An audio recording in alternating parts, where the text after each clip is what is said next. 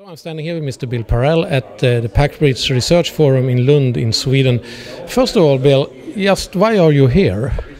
I'm here because at Tokyo Pack last October, Jan Stefan came up to me, approached me, and told me about skåne. And when I heard about that, I wondered if it was a type of food or what. I know what a scone is. And he explained to me what the organization was. He gave me some literature.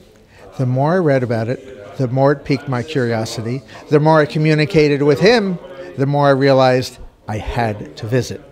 So it is really the whole organization and the collaborative view of the organization that has been persuasive in convincing me that coming to Lund is an absolute must. Okay, that's interesting. Thank you very much. But you're actually here with a product. It's called PopPack. And first of all, tell me, what is PopPack? PopPack is an intellectual property company with patents and trademarks. And then we work collaboratively with entities in the film industry, being machinery companies such as Multivac in Japan, such as Kawashima in Japan. We work with film companies such as Mitsubishi Plastic in Japan, and another materials company, a firm called Oji.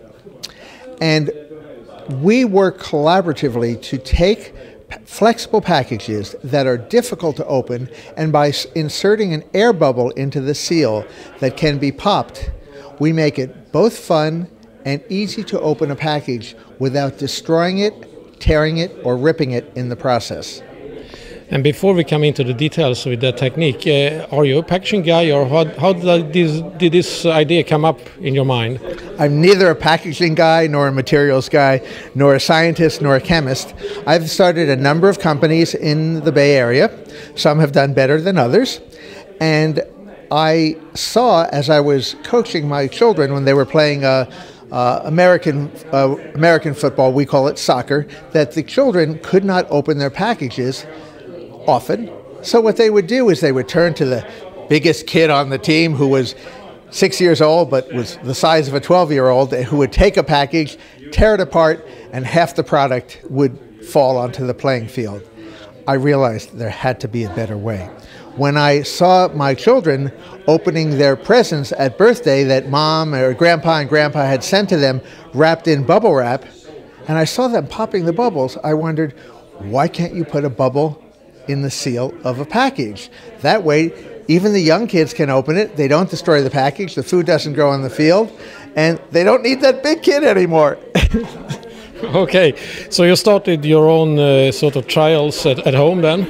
Well, I actually found an individual merely by asking around. I found an individual in Rochester, New York, who was also a very, very innovative individual. And I showed him the concept, which at that time was only an applied for and pending patent. And he said, "Can you spend a couple of months here in Rochester, New York?" I did. We made the first prototypes. Dare I say, it took more than a minute to make each one of the prototypes. That was the bad news. The good news is we had proof of concept. And when we put it in people's hands, it was the eureka effect. Wow, that's neat. Even my grandma can do it. My grandpa can do it. Hey, I can do it in the dark. I can feel the bubble and pop it. When I got that first reaction from the public, I knew it was worth pursuing. That's interesting. And then, how long ago is this? Oh, probably 8 years ago. Anybody who thinks that you can take an idea and immediately commercialize it is in for a rude awakening, as we say. It takes years. Particularly when you don't have the native expertise in film, you don't have the native expertise in machinery. I had to develop these relationships collaboratively with a whole team. So we formed a team that were about 50, 60 people together making the initial prototypes. But you have to be a little bit crazy, dare I say, to try something like this. But then again, many inventors are. But if I understand you right, you first went to the American packaging industry or packaging machinery industry with not so much success. Is that true? That's a very kind way of putting it, I must say. What we found in visiting and explaining this to most entities, be they film companies or machinery companies, they were very curious. And the first thing that was said to us, plain and simple, was, bring us a customer. We'd be happy to do this. I said, be delighted to bring a customer. Deliver me some prototypes. Oh, no. We're not going to make prototypes until you bring us the customer. I said, you know what? You're never going to see that customer because the customer wants to touch it, feel it, use it, and respond to it. I think I'd still be knocking on doors, unfortunately, in the United States today if I had continued to pursue that route. So I abandoned it pretty quickly. And have you tried Europe? We came to Europe. We spoke to a number of players, including Bosch in Stuttgart. The attitude was a little bit better. They were willing to take risks, but they needed that customer. And because I had knocked on so many doors without seeing a willingness to take a risk, to make a product, not knowing what the consumer was going to say when that product got out there, I recognized very quickly that Europe was not going to be the place. I also went to a few firms in France as well, a couple of firms in Denmark, and it was always the same thing. Do you expect us to pay for the prototypes? I said, yes. If you'd like the customers, that's your investment. And the good news is you have the expertise to do it. After about 2 or 3 months, I just said, I've seen the writing on the wall before. This is like replaying an old movie. I already know the rest of the movie after seeing the first 10 minutes. So it's like a feeling the world ain't big enough. Sort of. But there was still one part to explore for you, and I think that's Asia and Japan, isn't it so? Yes, it was actually quite coincidental. I had a university classmate who was a senior officer of an American pharmaceutical company that had a Japanese office, and he ran that.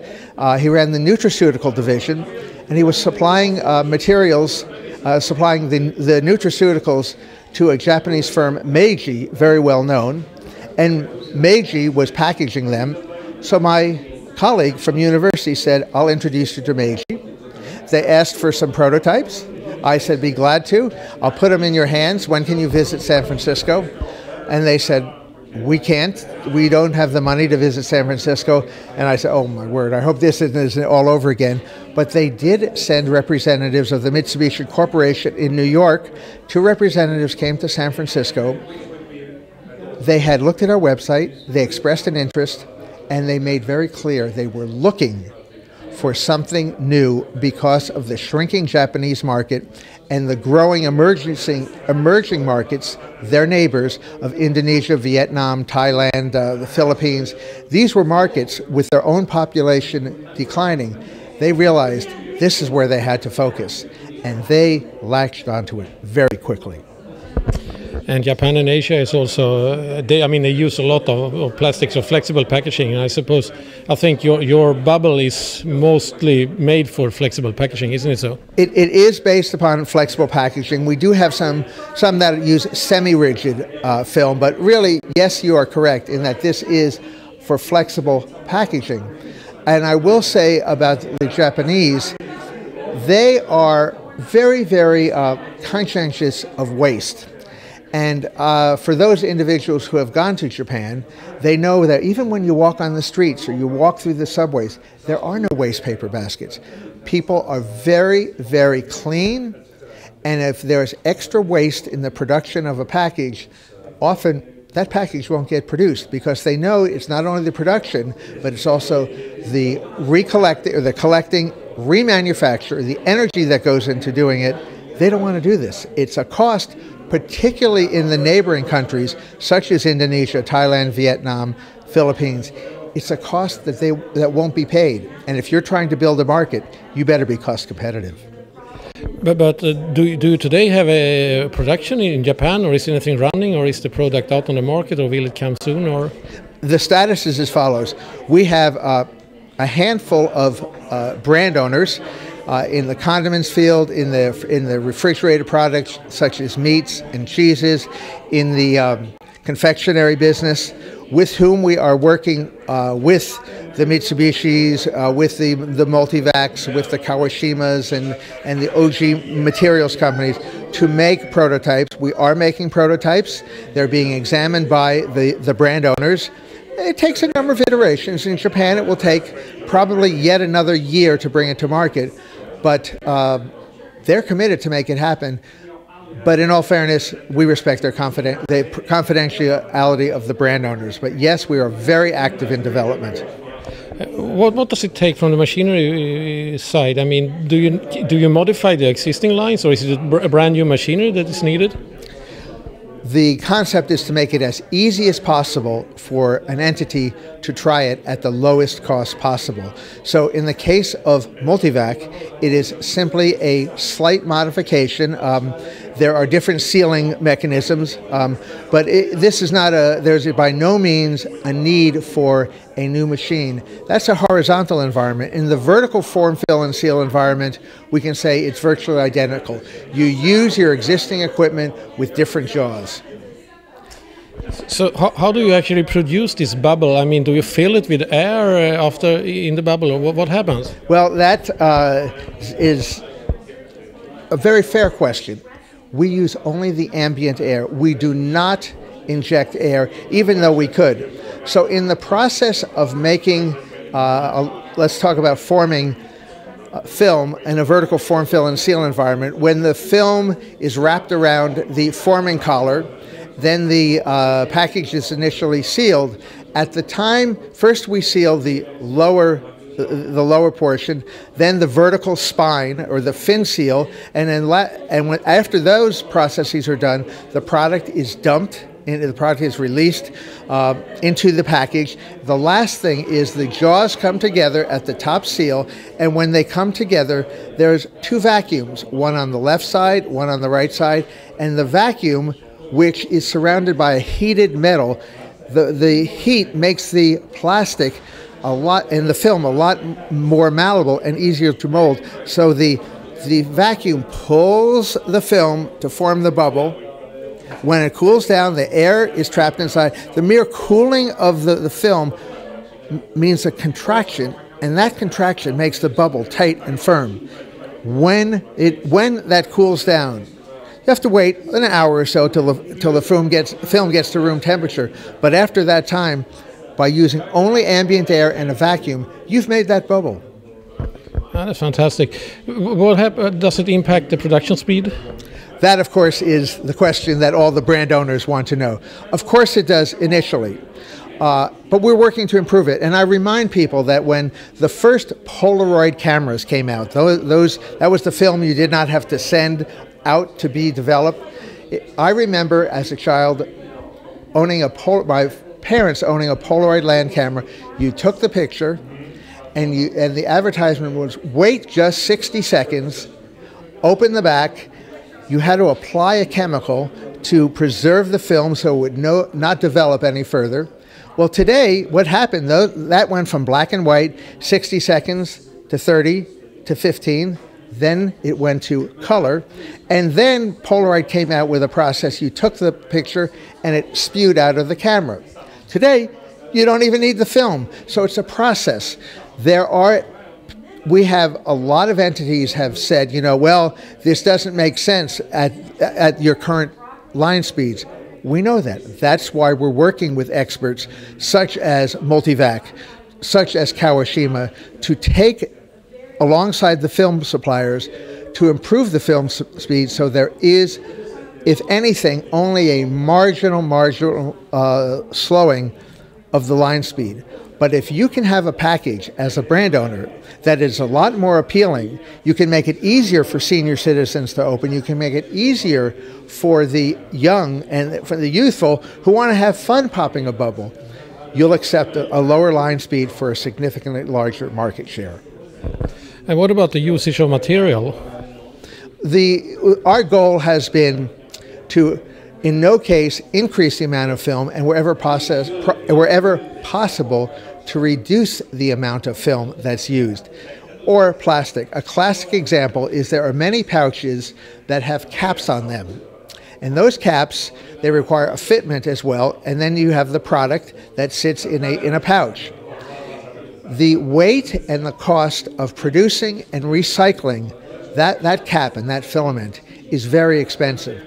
One of our designs allows reclosability without the need for a cap and without the need for a fitment. So you eliminate the cost of those materials, you eliminate the shipping cost, the recycling cost, and all the energy that goes into doing that, as well as distributing and recollecting the product, or the package, I should say.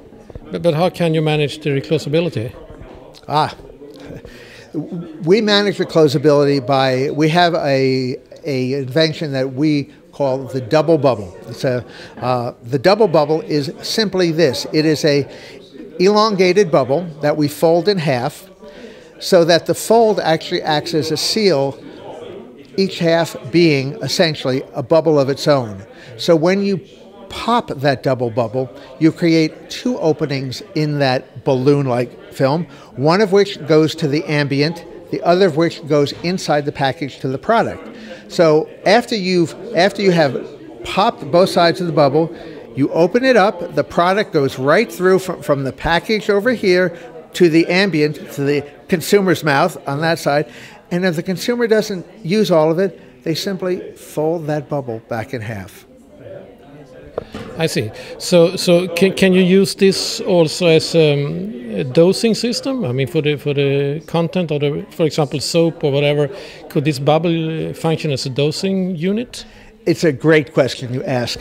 One of the things that we know is that more so perhaps in North America than in Europe or in Asia, that many times you get single doses, if you will, of shampoo or conditioner that are in the hotel, and they come in small sachets. And the problem with those, when you are trying to open them in the shower, your hands are often soapy. They're definitely wet. Often you have soap in your eyes, and you can't really open your eyes to see the sachet. Well, with our product, you can have wet hands, slippery hands. You can even close your eyes, and because you can feel the bubble and pop it, you can open that package and you can get that single dose, if you will, to call it that for this case. If you don't use it all, just like I previously described, it can be reclosed. So yes, it is very good for single servings. The other great advantage of a single serving reclosable package is in a country like India, where often what you and I might consume, let's say in one consumption, let's say shampoo, that same shampoo sachet might be used by a family of 4 or one individual over the course of a week. They cannot reclose the current sachets.